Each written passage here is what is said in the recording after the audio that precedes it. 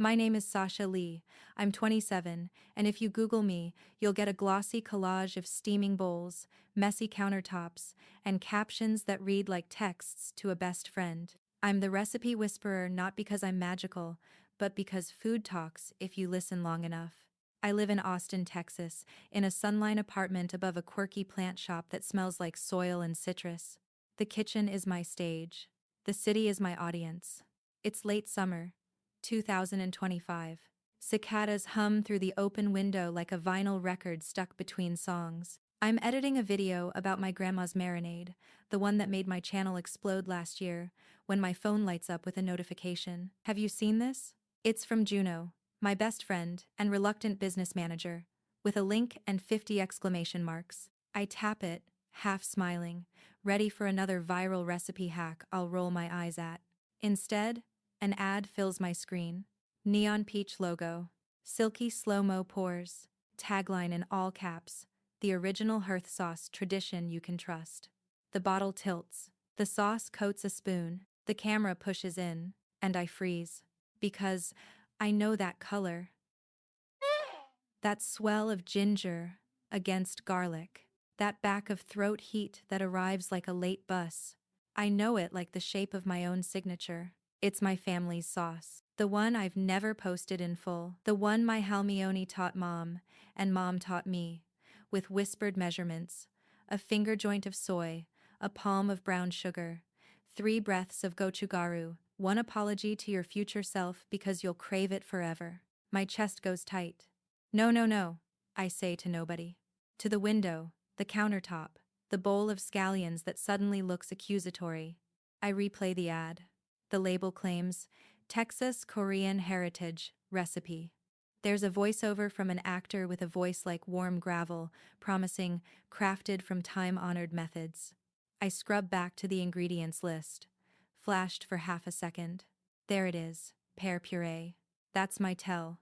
Most brands use apple. We always used pear, like my grandma did when fruit was a luxury and flavor had to earn rent. I text Juno. Call me. Now.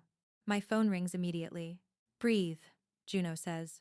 Please tell me I'm paranoid. You're not, I say. It's mine. As if on cue, a second notification drops a press release from Palomar Foods, a mega conglomerate that owns half the sauces you see in aisle 7. They're launching hearth sauce nationwide.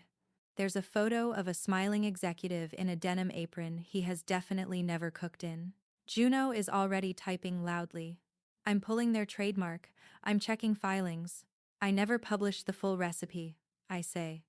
I shared the story, the ritual, bits and ratios, not the spine. You did a collab last year, Juno says, with their subsidiary on that ramen video. My jaw clicks. We did. It was a carefully choreographed tango with sponsorship and integrity. They paid, we cooked. I kept my secrets. I remember handing the stylist a jar of my sauce for the final shot and saying, "Don't open this, it's just for B-roll." I remember her nodding. I didn't sign anything giving them my recipe, right? I search my email with shaking fingers. Contracts rink down the screen like bad rain. Usage rights. Exclusivity windows. Boring legalese I skimmed while stirring a pot. I find the collab folder. There's a subdoc with a bland title, Ingredient Clearance Addendum. My stomach drops. Open. The text is thick and gray. I scroll. And there, highlighted by the cursor I left months ago, is a sentence I don't remember seeing. Creator grants brand a non-exclusive, perpetual license to derivative flavor profiles materially similar to creator's provided sample. Materially similar. Derivative flavor profiles. What does that even mean? I whisper. Juno swears softly. It's vague on purpose. I can taste metal in my mouth. Juno, I didn't. I know, she says, voice softening. They snuck it, they do that. I stare at the press release photo again, at the executive's grin like a slice of white bread. They're calling it heritage, as if heritage fits into a bottle with a barcode. A DM pops up from my mother, who lives 3 hours away in Houston and measures time by crop seasons. Baby, this sauce, is it ours? I want to protect her. I want to lie. But the truth has already metastasized. Yes, I type. It is. She replies with a single peach emoji. It's what my grandma used to text when words were too heavy. The pit in my throat enlarges. The video I was editing is still paused on my hands massaging beef with sauce. The knife is still on the cutting board, blade glinting. Suddenly, I'm climbing the ladder of outrage, rung by rung. This sauce is the reason I have an audience. It's a story of migration, survival, turning scarcity into flavor. It's my mother's hands and my grandmother's silence, and the way we counted time in simmering bubbles. And now it's a SKU number. Okay, Juno says, efficient again. We can go public. We can tell your community. Screenshots, timelines, ingredient analysis. We'll storm the gates. I need proof, I say. More than a hunch and a fruit choice. Then we buy a bottle, she says. We test it. We taste it. We tear it apart. I grab my keys. HEB is lit like a spaceship. Fluorescent aisles. Shoppers moving in weekend rhythms, fast, slow, distracted, decisive. I find the end cap display immediately. Pyramids of hearth sauce, stacked under a cardboard fireplace with fake flames. A cheerful employee offers samples on bamboo spoons. Would you like to try our launch? She chirps. I take a spoon. It's sticky, sweet, shimmering. When it hits my tongue, time telescopes.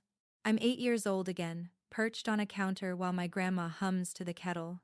I'm 16, stealing a warm jar from the cupboard before a date. I'm 22, crying as I cook my way through a heartbreak. It's my sauce. Not inspired. Not adjacent. Line for line. They even used the pair. I buy 2 bottles. I film my hands, placing them on the conveyor belt. My voice small but steady. Austin. August. And today, I am buying a piece of my past to see what they did to it. At home, I line up the bottles next to my own jar, printed with a label I made on a whim. Lee House Marinade. The corporate design is clean, sterile. Mine is crooked with personality. I unscrew caps. I smell. I taste. I write short notes like a detective with a crush. Batch viscosity. Identical. Acidity. Slightly lower maybe, to tame it for mass palates. Heat bloom, delayed by 3 seconds. Back note. Pear sings, ginger hums, soy anchors. I'm not crazy. Juno's on FaceTime, watching me in propped-up phone frames. Her eyeliner is perfect even through pixels. This is theft, she says. It's legal, I say, tasting the word like ash. Because of that clause. We can still fight, she says. Legal is not the same as right. I think of my audience, 2 million people who invite me into their kitchens every week. They trust me to be honest. They're going to want blood, or at least boiling water. A thought slides sideways into my head, sharp as a mandolin. What if I tell everyone the truth? Not with a rant. Not with a lawsuit I can't afford. With a recipe? A true one. The one my grandma never wrote down. The one I've guarded like a heartbeat. The thought scares me. It thrills me. It feels like opening a window in a burning room. But then the doorbell rings. It's a late hour for couriers. Austin nights are sticky in August. The hallway smells like basil from downstairs. I open the door to a man in a neutral polo, holding an envelope the color of bad news. Sasha Lee? He asks. Yes. From Palomar Foods, he says. Delivery. My fingers don't want to sign, but they do. He walks away. I stand in the doorway with the envelope that crackles like a threat. Inside, there's a letter on thick paper. Juno's voice returns to my ear. Put me on speaker. I read silently first, then out loud when the words start to blur. Dear Miss Lee, we are aware of your online presence and your recent social media activity, indicating an intent to disparage our product, hearth sauce. Please be advised that any statements implying infringement, theft, or deception will constitute defamation. We request you refrain from public commentary regarding hearth sauce or Palomar Foods. We reserve all rights. There's also a document titled Mutual Collaboration Opportunity. It's offering me a brand ambassador role. A 5-figure check for my silence. Events. Photo shoots. A quote in their ads. Tastes like home. I taste bile. They sent you a hush money sponsorship, Juno says, disbelieving laughter catching in her throat. With a side of legal intimidation, the page flutters in my hand. I look at my stove, at my camera on its tripod, at 2 bottles that don't belong in my home. I think about my mother's peach emoji, about my grandma's quiet, about the millions of people who learned to cook with me not because I'm perfect, but because I tell them when I mess up, and I show them how to fix it. A calm I don't recognize moves through me, like a cold river that knows where it's going. Juno, I say, voice steady. Get ready. For what? She asks. I take a breath. Tomorrow, I'm going live. And then I flip the letter and see the last page. A cease and desist, demanding I stop selling or even sharing any recipe substantially similar to hearth sauce, including the use of pear puree and specific spice ratios. They're trying to own my family's flavor. A knock sounds again harder, impatient. The courier is back, a second envelope in his hand, jaw clenched like he hates his job as much as I hate this moment. I forgot, he says. There's another. I break the seal, heart hammering like a misplaced timer. Inside is a single photograph. It's me, months ago, at that sponsored shoot, handing the stylist my jar, and a post-it note stuck to the corner. Thanks for the sample. The edges of my vision narrow. For a blink, the kitchen tilts. Then, everything inside me locks into place. They didn't just steal my recipe. They kept a receipt. You know that feeling when fury tastes clean? Like a storm just broke open inside your chest. And for once, just once, it's not fear you're tasting, but purpose. That's how I felt the next morning. The letter from Palomar Foods sat on my counter, the photograph still half under my coffee mug. I hadn't slept. I'd just watched the sunrise paint the skyline pink while I planned my next move. The internet wakes up early when it smells drama, and I was about to give it a 5-course meal. Juno FaceTimed me at 7:04 a.m., eyeliner already on point. You look homicidal, she said cheerfully. Good, I replied. I'm about to cook. I turned my phone camera around to show her my setup. 2 cameras, ring light, mic checked, laptop open to a blank YouTube Live title box. Title: They stole my family's recipe, so I'm giving it away. Ballsy, Juno muttered. You sure about this? They think they can threaten me into silence. I looked right at the lens. They don't own my story. They don't own my grandma's kitchen. By 8 a.m., I was live. The chat exploded instantly. Oh my God, she's on. What happened? Wait, Palomar? Hearth sauce? I held up the bottle, the corporate logo gleaming in the light. This, I said, is what betrayal tastes like. Silence in the chat. Then, a cascade of shocked emojis. I started from the beginning how the company took my collab footage, slipped a clause into the contract, reverse-engineered my sauce, and bottled it as their own. I didn't rant. I didn't cry. I told it like a recipe. Step by step. Measured. But sharp. Here's the funny part, I said, holding up my own jar. They stole something incomplete. My family recipe, what they call hearth sauce, was never finished. My Halmione used to say, the secret isn't in the sauce. It's in the hands that make it. Then I did something that even Juno hadn't expected. I smiled. And today, I'm giving that secret back to you. I posted the link to a free ebook I'd stayed up all night writing. The Real Hearth, a family recipe reborn. Inside, the full recipe deconstructed, reimagined, improved. Every ingredient explained, every memory annotated. And a note at the end: if you make it, tag me. Let's flood the world with the real taste of home. The chat went wild. This is legendary. Palomar's finished. I'm printing this RN. I'm crying in my kitchen. As the viewer count climbed 10K, 50K, 120K, I could feel something electric crackling in the air. But not everyone was cheering. Comments began sliding in, slick and corporate. Defamatory content detected. Unauthorized sharing of proprietary information. Then my live chat started lagging. Uh-oh, Juno texted me. They're flagging you. I grinned straight at the camera. Looks like someone's watching. Hi, Palomar. By noon, Real hearth was trending. Home cooks across the country were posting photos of bubbling pots, jars labeled Lee's Original, and captions like, supporting Sasha. This sauce has soul. Even celebrity chefs were sharing it. One tweet from a Michelin chef read, corporate flavor can't buy legacy. Making at there a sip of Whisperer's sauce tonight. And then came the boycott hashtags. Boycott hearth sauce. Palomar thief. Taste of theft. I didn't start those, but I didn't stop them either.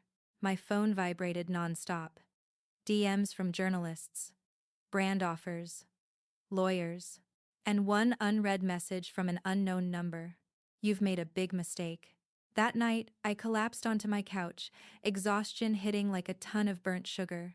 But beneath it all was adrenaline, the kind that hums in your bones and won't let you stop. The doorbell rang again. This time, I ignored it. But whoever it was didn't leave.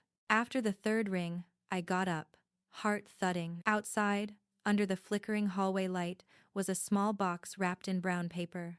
No label, no return address. I brought it inside, set it on my kitchen island, and slowly peeled it open. Inside was a jar that looked exactly like mine. Same crooked label, same handwriting. Except, there was a note taped to the lid. Still think you know the recipe? The sauce inside wasn't mine. The smell was off wrong in a way I couldn't name. Too smoky, too bitter. I tasted one drop, and my throat burned like I'd swallowed fire. I spat it into the sink, coughing. Whatever this was, it wasn't food. It was a message. I texted Juno a photo. She called instantly. What the hell is that? I don't know, I rasped. But someone wants me scared. Then we go bigger, she said. You think they'll stop? No. You need protection. Legal, digital, everything. I stared at the jar. The smell clung to the air, heavy and chemical. And beneath the fear, something colder settled inside me. They wanted a fight? Fine.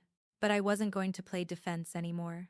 The next day, I uploaded a new video short, calm, shot in golden morning light. People ask me why I didn't sue, I said, stirring sauce in a pot. Because you can't fight greed with money, it has more of it. You fight greed with truth, and truth spreads faster than any marketing campaign. Comments flooded in. Preach. We got your back, Sasha. Real hearth forever. Then, near the top of the chat, a verified account appeared. At Palomar Foods Official. Miss Lee, we request you cease distributing proprietary content. Legal action pending. The entire chat froze, then exploded. Thousands of people screenshotted instantly. I looked straight into the camera. Guess I'll see you in court. And I ended the stream. An hour later, Juno called again. Her voice was tight. Sasha, check your email, right now. My stomach dropped. Subject. Notice of temporary injunction. Palomar had filed a claim to have my ebook removed, my social media frozen, my brand investigated for malicious interference with corporate operations. They were trying to erase me. I closed my laptop slowly. Then we go deeper, I whispered. Deeper? Juno asked. They want a war of flavors? Fine. But I'm done reacting. It's time to hit them where it hurts. I looked over at the brown paper box on my counter, the fake jar of my sauce sitting inside. And then I noticed something I hadn't before. Under the lid, faint letters etched into the glass. Test K47. I picked it up, heart hammering. This wasn't just a scare tactic. It was a clue. Juno, I said quietly. I think I know where this came from. Her voice sharpened. Where? The Palomar test kitchen, I said. And I'm going to find out exactly what they're cooking. That night, I packed my camera, a spare hoodie, and the kind of resolve that doesn't taste like courage, just necessity. Because if Palomar wanted to play dirty, they forgot one thing. I was born in a kitchen, and I've never lost a fight over a recipe. Next stop, their headquarters. And this time, I wouldn't just bring sauce. I'd bring the truth.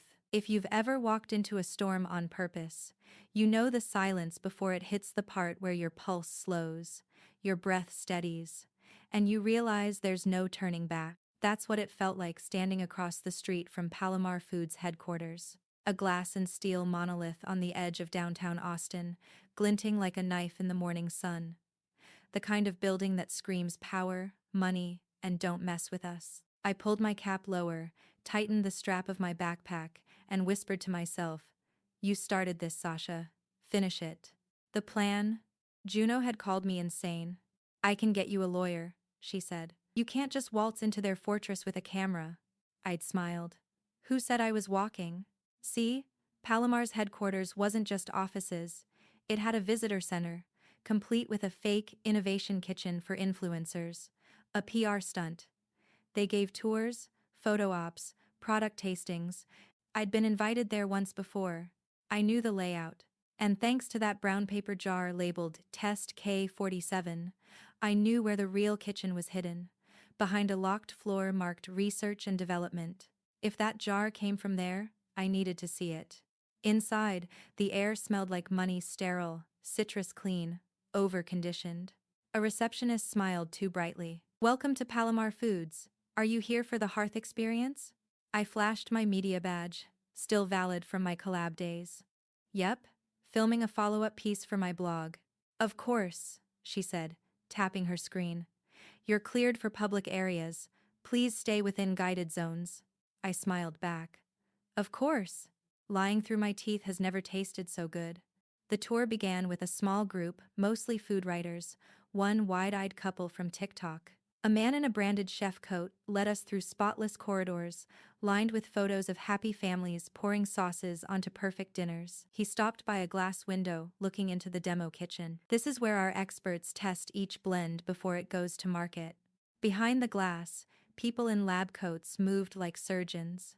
Bottles, mixers, scales, precision tools. And on one of the counters, a row of jars with black marker scrawled across the lids. K45. K46. K47. My heart stuttered. There it was. My clue. "Excuse me," I said, pretending to check my camera. "Can I get a closer angle?" "Sorry, restricted area," the guide chirped. Right, I smiled again. "Thanks." But when the group moved on, I lagged behind just long enough to slip into the hallway that forked right, toward R and D. A keypad lock blinked red. I held my breath, remembering something my old sponsor contact once bragged about. All departments use the same default PIN, the first month 4192. Worth a try. I typed it in. Beep.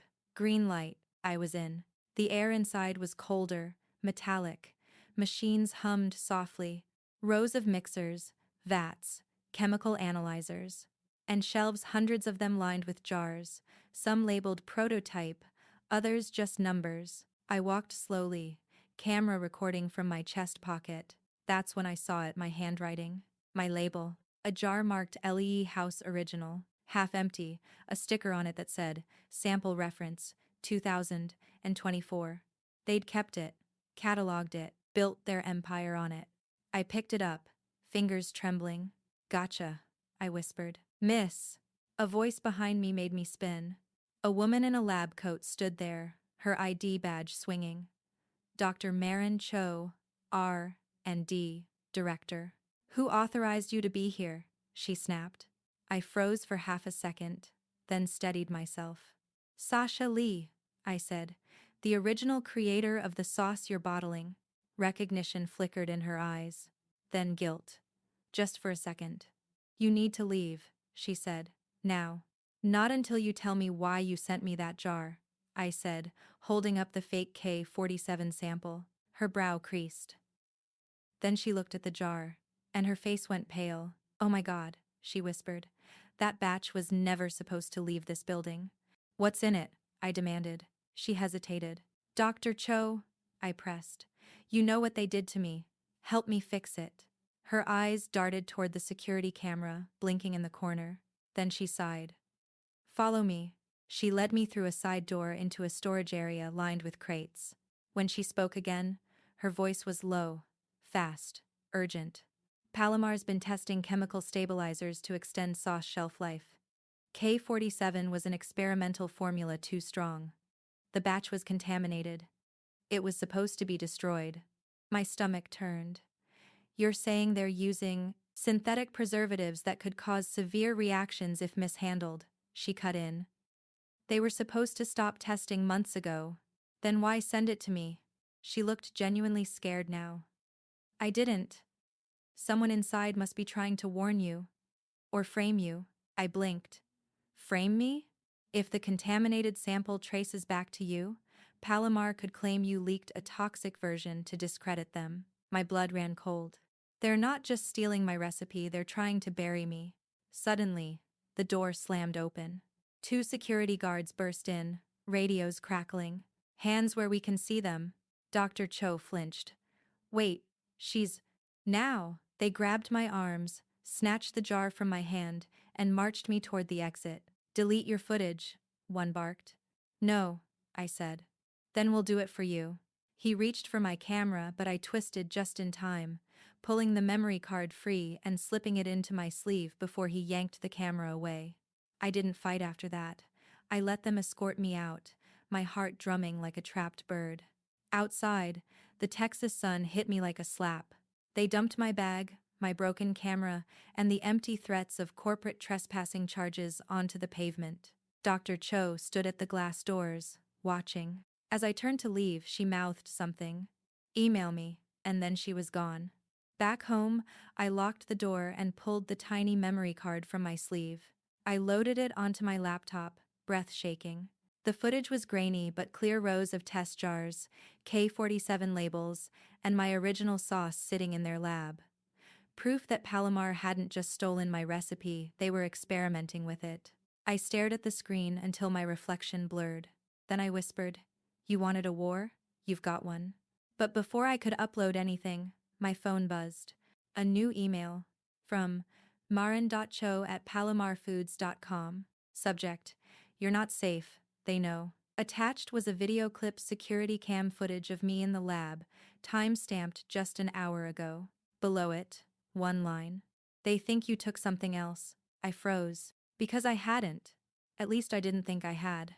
I looked around my kitchen, every nerve screaming, and that's when I saw it, at the bottom of my bag, half hidden under my notebook. A small vial, unlabeled, glinting under the light. I didn't remember packing it, but it was there. If guilt had a scent, it would smell like that vial, sharp, metallic, and faintly sweet.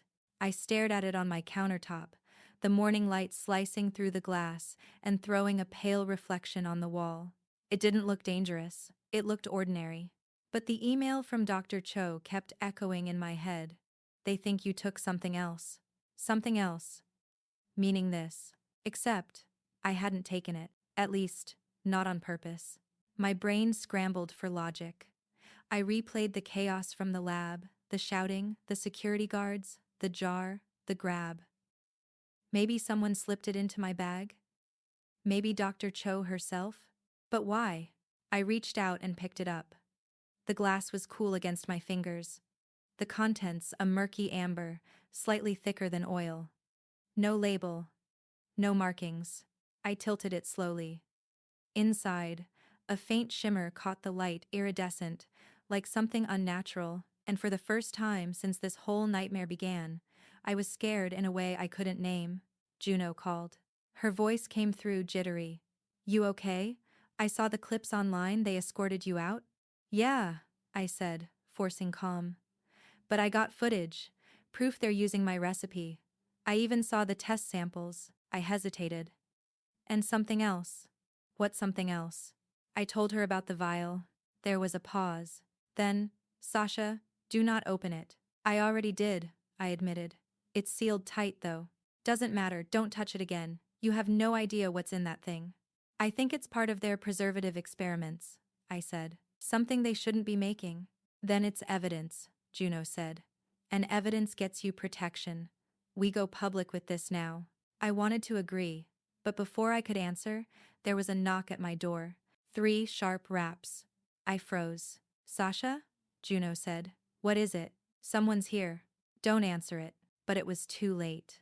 Through the peephole, I saw a woman in sunglasses, blazer sharp as glass. A corporate look. A Palomar look. Miss Lee? She called. I'm with Palomar Legal Affairs. We just want to clarify a misunderstanding. Sure. And I'm the Tooth Fairy. I didn't answer. Miss Lee? We're aware you entered restricted areas of our facility, she continued. You've removed proprietary material. We're willing to resolve this quietly, but we need you to return what you took. My eyes darted to the vial. They knew. She raised a manila envelope. If you refuse, we'll escalate to law enforcement. I didn't move. Didn't speak. Then she slid a business card under my door. Call me before 6 p.m., or we file the report. Her heels clicked down the hallway, fading like a timer running out. I picked up the card. Ellen Shore Palomar Corporate Counsel. For a long time, I just stared at it. If I handed the vial over, they'd bury everything. If I kept it, I'd be their target. My only chance was leverage, make the truth too public to erase. I opened my laptop, plugged in the memory card, and uploaded everything I had. The footage of their lab, the jars, the timestamp. But before posting, I paused. Something about that vial kept whispering at me, the color, the shimmer. And then I remembered something Dr. Cho said. If mishandled, it could cause severe reactions. Reactions. What kind? Chemical? Biological?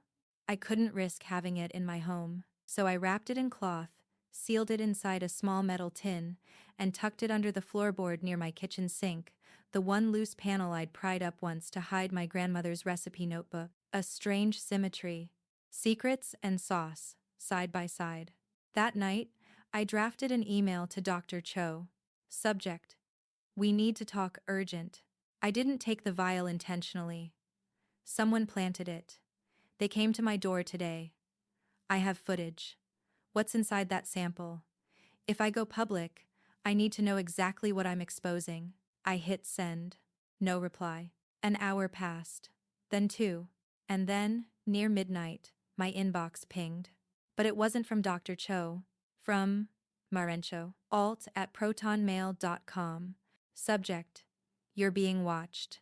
There was a single attachment, an image.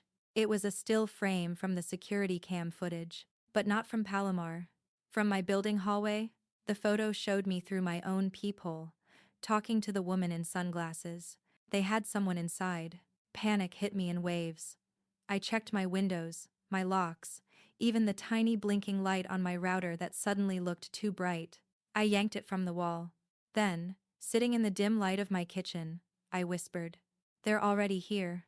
The next morning, the story broke before I could act. A local news outlet ran a headline: Palomar Foods investigating employee, leak toxic batch, allegedly missing.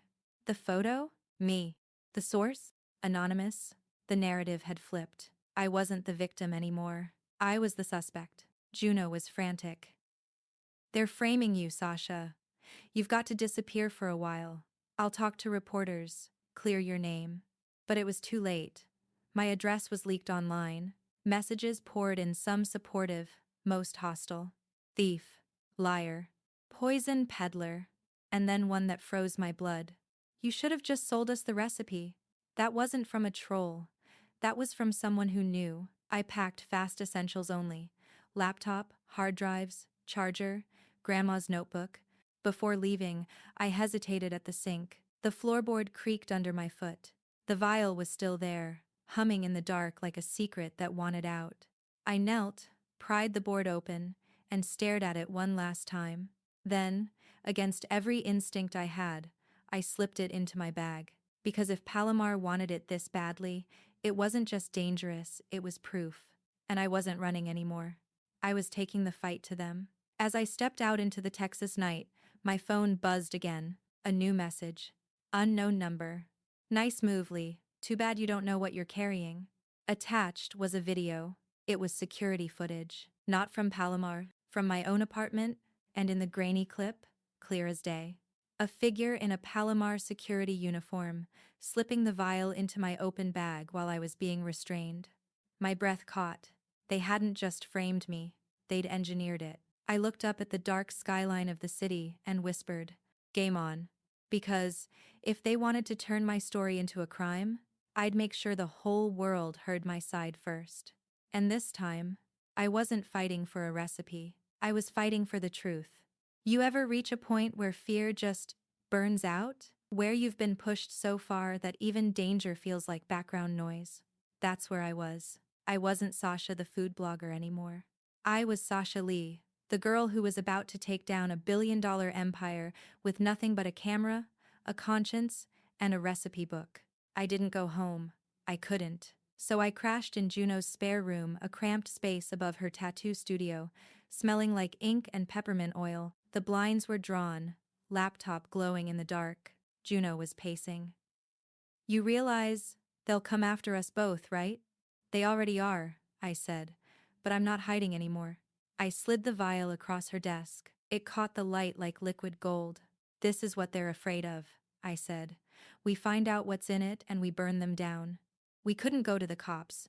Palomar had lawyers in every pocket.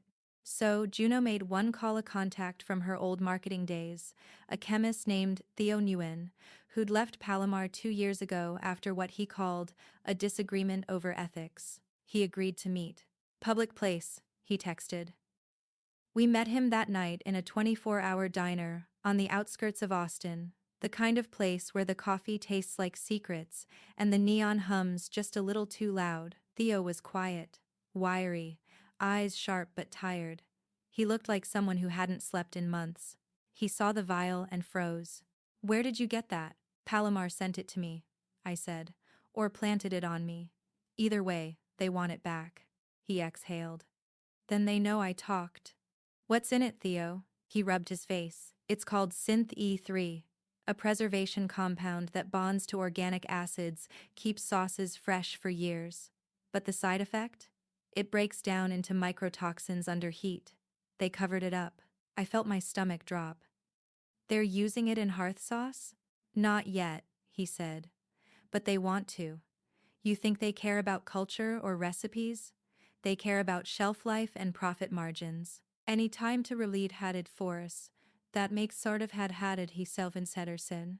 I recorded every word. Theo didn't even stop me. Go public, he said. Expose them before they make it global.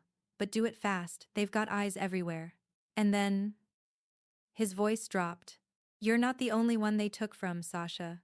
What do you mean? He pulled a folder from his bag, photos, notes, reports. Palomar's been buying out small creators for years, stealing formulas, family recipes, even health blends, all under those vague collaboration contracts. You're just the first one who fought back. The reality hit like a tidal wave. It wasn't just my story anymore. It was hundreds, and I wasn't going to be their silence. That night, back at Juno's, I started editing the video, the one that would end them. Footage of the lab, Theo's testimony, the stolen recipe files, all of it, layered with the calm fury in my voice. I wasn't ranting, I was confessing, not my guilt theirs. At the end, I looked straight into the camera and said, they thought they could own flavor. They thought they could silence family, but you can't trademark truth.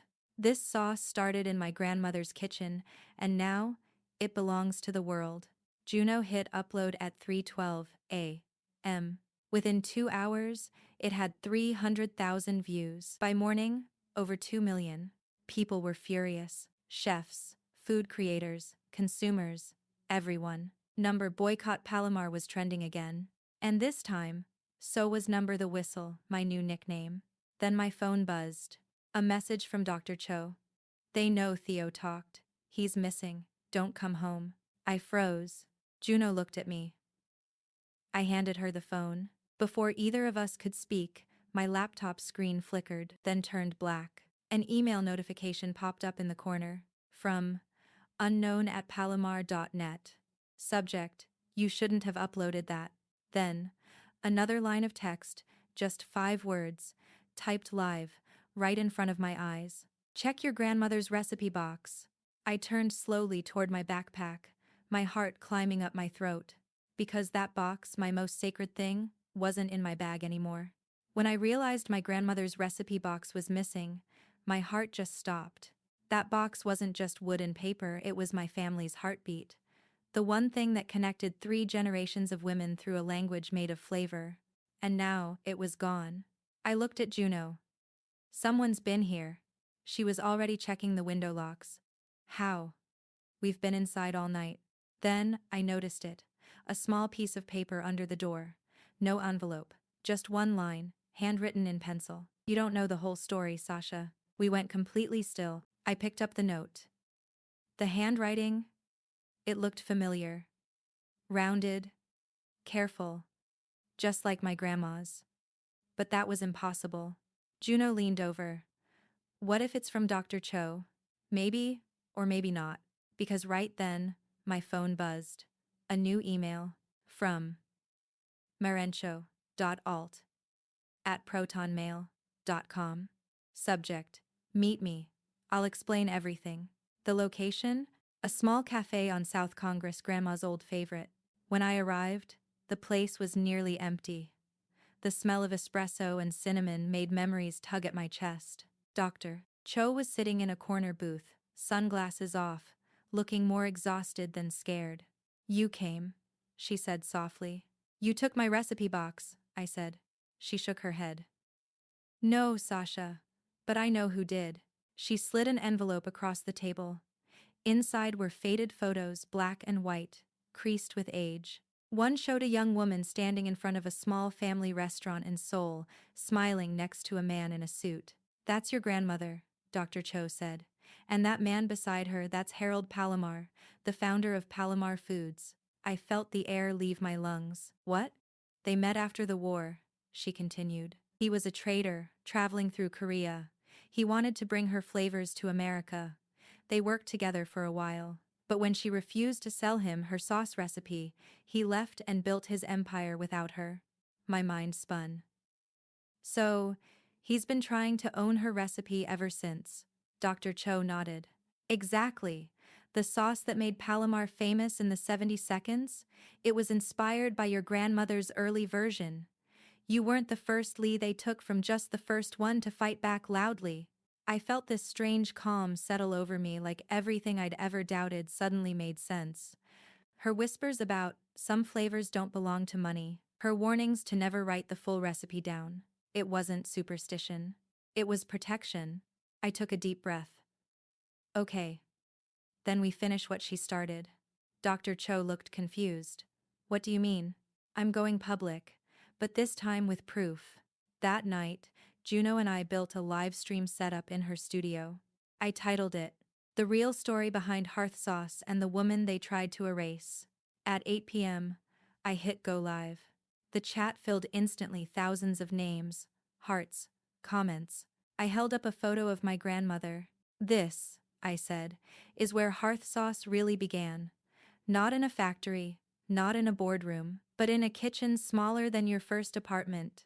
Then I showed the photos, the letters, the proof. I told them the story how Palomar built a brand from stolen traditions, from women like her who were never given credit. And then, I revealed something no one saw coming. You want to know what the real recipe is? It's not soy or spice. It's gratitude. It's care. It's the hands that made it. People cried. They flooded the chat with hearts and hashtags. Number the real hearth. Number Sasha Lee truth. Number food is family. The story spread like wildfire. News outlets called. Chefs reposted. Communities around the world shared their own family recipes with the hashtag reclaiming culture from corporations. It was beautiful, but it wasn't over. Because at the end of the live stream, as I thanked everyone for standing with me, another notification popped up on screen mid-broadcast. A live comment from @Palomar Foods official. Miss Lee, you've made your point. Check your doorstep. When I opened the door, there was a single package. No label, no note, just a small, wooden box, the same one that had been stolen. I carried it inside, hands shaking. Inside was my grandmother's handwriting, folded neatly, a letter I'd never seen before. I read it out loud for the stream, voice trembling. My Sasha, if you are reading this, someone has tried to take what was never theirs. Don't fight them with anger. Fight them with honesty. The world forgets where food begins. Remind them. Our flavor is memory, not ownership. Pass it on. There was no recipe inside, just that message. And in that moment, I finally understood her. The next day, Palomar released a statement.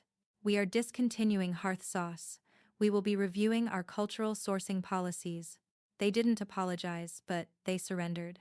Because they didn't have a choice. The public had spoken. The truth had gone viral. A month later, I walked into a bookstore in Austin. Right up front was a display.